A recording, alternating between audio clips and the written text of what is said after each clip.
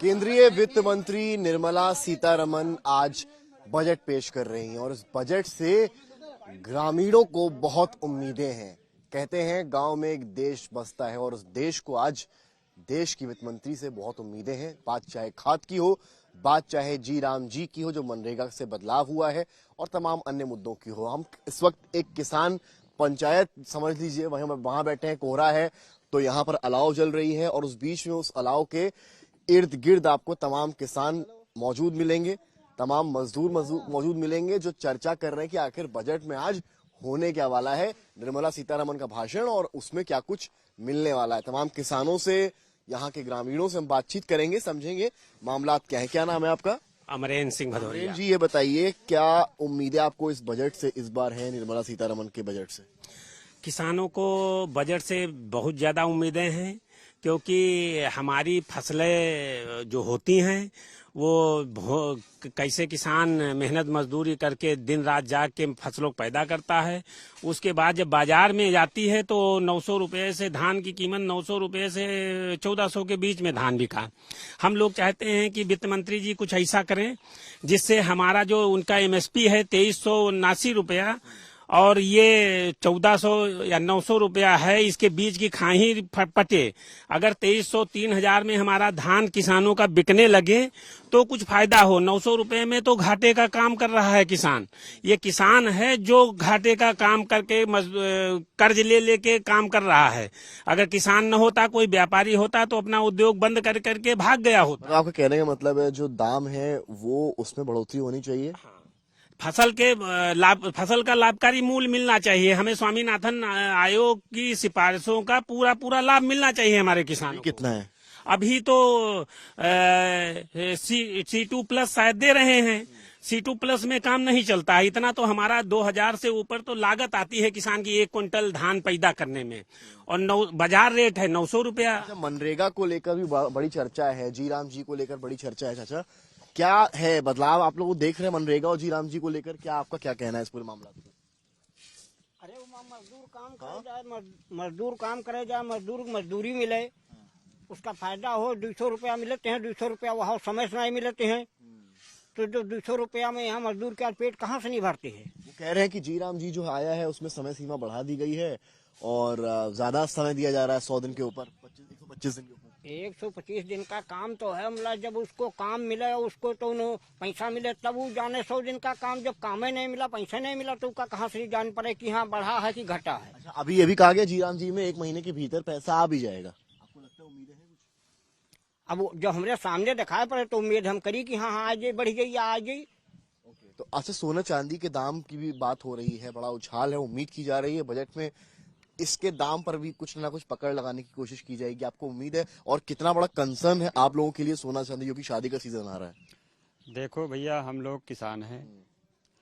किसान की स्थिति सबको मालूम है, भारत सरकार को भी मालूम है और भारत सरकार के कर्मचारियों को भी मालूम है कि किसान सर्दी से भी झेलता है, गर्मी से भी झेलता है और बरसात से भी झेलता है।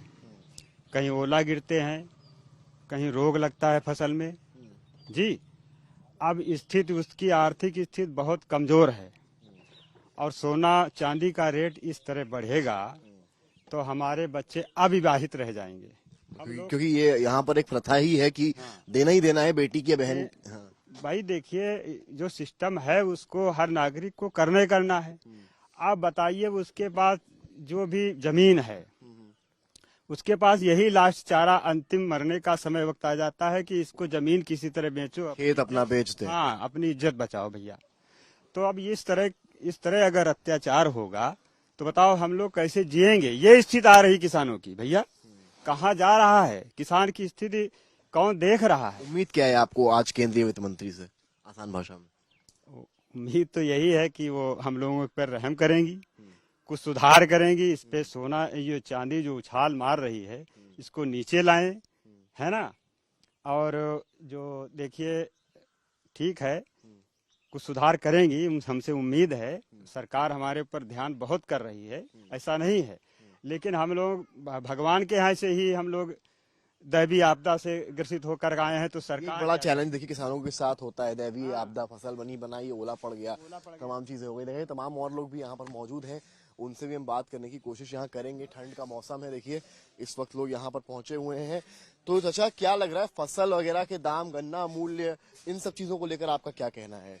क्या उसमें भी कुछ बढ़ोतरी होनी चाहिए आपको लगता है? बिल्कुल होनी चाहिए, कोई रेटे नहीं है। हम लोगों को लागत वापस नहीं आ रही है। किस चीज में?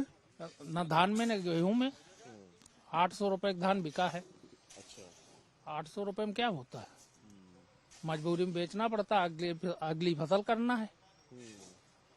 तो उम्मीदें क्या है आपको? उम्मीदें तो हैं, गवर्नमेंट यहाँ पर ध्यान देना चाहिए, रेट बढ़ने चाहिए।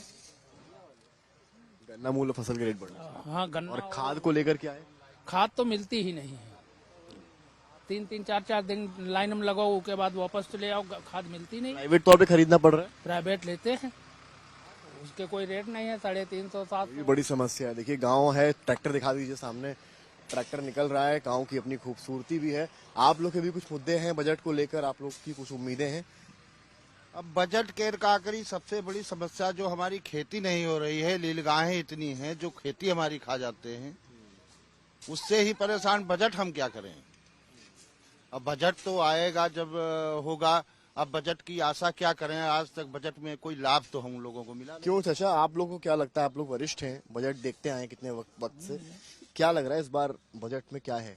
अरे जब सामने आए तो कुछ मालूम हो क्या। किसान उम्मीद क्या कर रहा है? सब गैया खाए जाती हैं जो छुड़वा दी नहीं है, और नीलगाई खेतन में राखे नहीं है, सब चरा पड़ा है, पूरा खेत सब चरे पड़े हैं, उनके लिए कोई नहीं है। ये देखिए ये उम्मीदें हैं, और प्लस कुल हुआ जो मिलाकर गैया लायू ये था, परेशानियां भी हैं, चाहे गन्ना मूल्य की बात हो और या किसी अन्य मुद्दे की बात हो। बड़ी बात ये भी है कि क्या ये सारी चीजें पूर्ण होंगी? एमएसपी एक बड़ा सवाल है। अगर बहुत हम शॉर्ट में समझें तो प्रमुखता से 2-4 पॉइंट्स मुझे ऐसे बताएं जो मुख्यतः किसान की उम्मीद है इस बजट में। किसान चाहता है कि उसको जो कृषि यंत्र उपयोग में आने वाले कृषि यंत्रों पर जीएसटी खत्म हो, जिससे कि उसके कृषि यंत्र सस्ते हों। डीजल पे किसानों को सब्सिडी मिले, जिससे कागज लागत कम हो। और अगर ऐसे सब चीज किसान को अगर मार्केट के भाव मार्केट में छोड़ दिया जाएगा तो समस्या आ रही है। हम आपसे बता दें कि हम तो किसानी करते हैं, हमारे पिताजी करते थे, लेकिन हम अपने बेटे को किसान नहीं बनाना चाहते। क्यों? जब हम देख रहे हैं अपने लिए, हमको 10 रुपए खर्च करने के लिए आप आए हैं, 10 रुपए अगर आपको ऊपर खर्च करना पड़े तो हमें 10 बार सोचना पड़ता है, तो प्रॉफिट बचा नहीं। और बैंक के कर्जदार हैं, बैंक वाले ले ही लेंगे, चाहे हम अपनी जमीन बेच के दें, और चाहे रिश्तेदारियों में शादी है, शादी में जाने जाना, सोना इतना महंगा है, चांदी इतनी महंगी है, व्यवहार देने देना है, दोस्त व्यवहार, पेट्रोल इतना महंगा है।